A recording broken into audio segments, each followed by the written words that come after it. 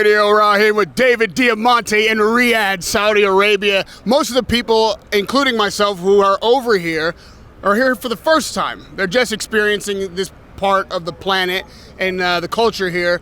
But you are one of the few people who have been in this area multiple times. What has been your experience this week? Has it differed from your past experiences at all? Very similar to the last experience, which was just great hospitality. And I think, we've spent a couple nights out eating together, and you felt that just like I have. It's a really interesting part of the world. There's a lot of great people here, a lot of interesting history, but the people are very hospitable, and it's just been a great host country for this event. You have been up close with both fighters, numerous occasions, obviously because of your job. You can see them in moments that maybe some of us can't, even with all these cameras. Have you witnessed anything from the stage or at the weigh-in or in the press conference that may give you some insight that the rest of us don't have because we're not quite that close? I think maybe. And what it is what I've seen is this. As far as Ruiz and Team Ruiz, I think these guys are extremely humble and respectful. But behind closed doors, I think that they think they're going to just run straight through AJ. I think they're supremely confident, and I think they have a game plan, and I think they do not respect him in the ring.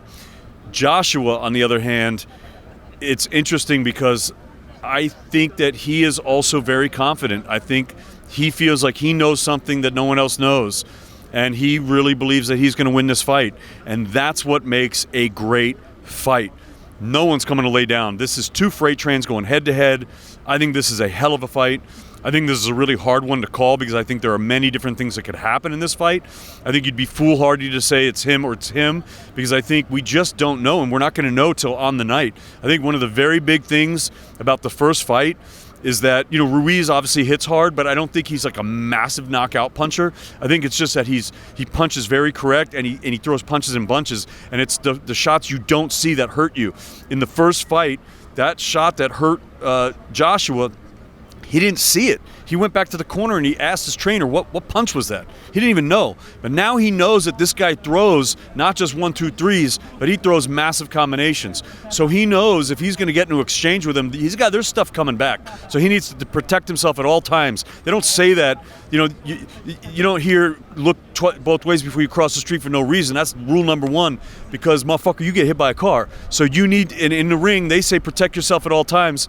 Because you better do that, because there's going to be punches coming at you. And I think Joshua knows that. This is not a game. This is the hurt business. And I think he needs to come out. I think Ruiz does not respect him as a fighter in the ring. And I think Joshua needs to go in there and gain his respect. And he needs to – I think Joshua's probably a bigger puncher than Ruiz. I just don't know if he can throw combinations as fast or land as many punches. But he needs to get Ruiz's attention. And the other thing – I'm sorry. Please. But I believe that Ruiz is a bully. Ruiz is a bully in the ring. He always moves forward. You watch him. He moves forward. He moved forward in the first fight, and he moved forward in all his other fights. That's what he does. He doesn't like to be pressured like that. It makes him uncomfortable. So when you're that much bigger, bully him. Bully the bully. Get him out of his game plan. I think that's what Joshua should do, and I think he should punch him really hard. There was an audible gasp here, even amongst the media, when we realized the weight differential on the scales today. Joshua actually came in lighter, even though people were expecting him to be lighter because we could see that. I think they were surprised at how light. And Andy Ruiz, for his sake, people thought he had slimmed down, and he came in heavier than people expected. Does that play a factor tomorrow night? I think what they need to do is, I think each fighter and each person knows what weight they feel best at. And when you're fighting about 14 stone, 4 pounds, 200 pounds, the heavyweight division, whatever weight you feel good at, that's where you should be. If people say to Ruiz, he should lose weight, no, he's the heavyweight champion of the world. If that's what he likes to fight at, that's where he should be. People love to say, Joshua's too big. And it's true. This is not a bodybuilding competition. This is boxing. You look at a guy like Tommy Hearns, man, long and lanky, lean and mean, baby. He gets it done. It's about the snap on the punches and the way you throw it. So if he's carrying extra muscle and he wants to get rid of that, cool. Only he knows I'm not in his body. I don't know how tired the guy gets. But I think each guy should know where they're at. I don't really look too much in that. I mean, look at Deontay Wilder, man.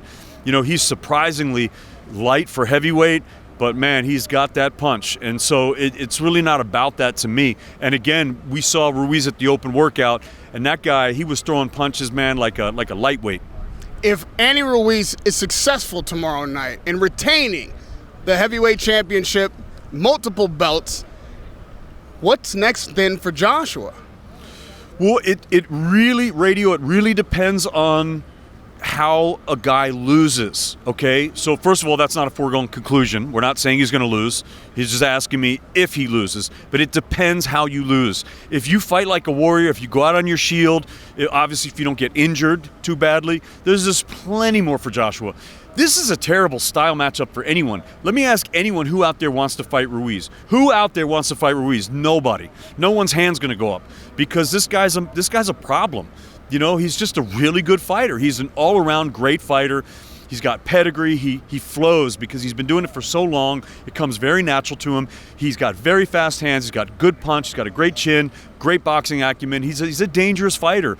And you know, and what made him such a tough opponent the first time too is he's so easy to overlook because of the way he physically looks.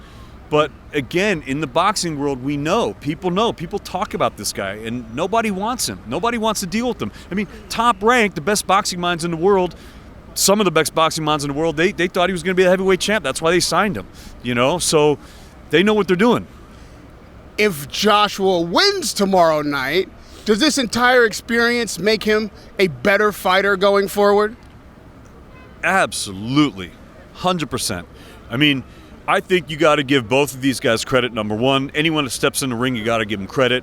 But Joshua especially, because to be knocked out by a man and to come back directly takes a lot of balls, and he's doing that. So hats off to Joshua for coming back into the ring. It's not easy to do, so win, lose, or draw, like he's doing it, so hats off to him.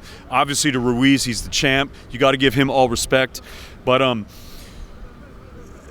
yeah, I mean, I just think if you face your demons and you slay the demons, you become even stronger. And I think that, you know, it's like scar tissue, man. It becomes stronger, you know, or you break a bone and it heals, it becomes stronger. I've broken many bones in my life, and I feel really strong, especially in those places. I did physical therapy, PT, whatever, and I'm good to go. So I think that if he comes back and slays the dragon, that, you know, the Ruiz dragon, that he will absolutely be a better fighter. And I think that he probably will never want to see this guy again. Before these desert winds blow us both away, I have to ask lastly, if Andy Ruiz is successful again, what are the chances that this guy comes out of seemingly nowhere by the mass attention and becomes the undisputed heavyweight champion of the world? If he beats Joshua, he's got a clear path to Wilder. Or Fury, whoever wins that fight. I mean, but Wilder more likely. Can he do that? Absolutely. If he wins this fight, absolutely. And I think that, you know, God bless him, man. He's a great kid. He's been an underdog his whole life. No one's ever given him anything. He's worked for everything he has. He's a really nice guy. His family's great guys. His friends are nice guys. They're good dudes. They're humble dudes, and they work hard, man. They work hard for what they have. So I'm really happy for him, man. I'm super happy for him. You know, and you know, I don't root against any of these guys. I just want to see a good fight. I want the best man to win. I want them both to stay safe. But the fact is, like I said, this kid's a problem for anybody. And even if he loses this fight, he's still a problem. This kid's a really good fighter, man. We're going to see a lot more of Andy Ruiz Jr. and hopefully a lot more Anthony Joshua too, no matter what happens. It's a great fight. Again, I think this is a pick'em. I think anything could happen on the night, and I think it's two freight trains going head-to-head. Radio, this fight is a must-see.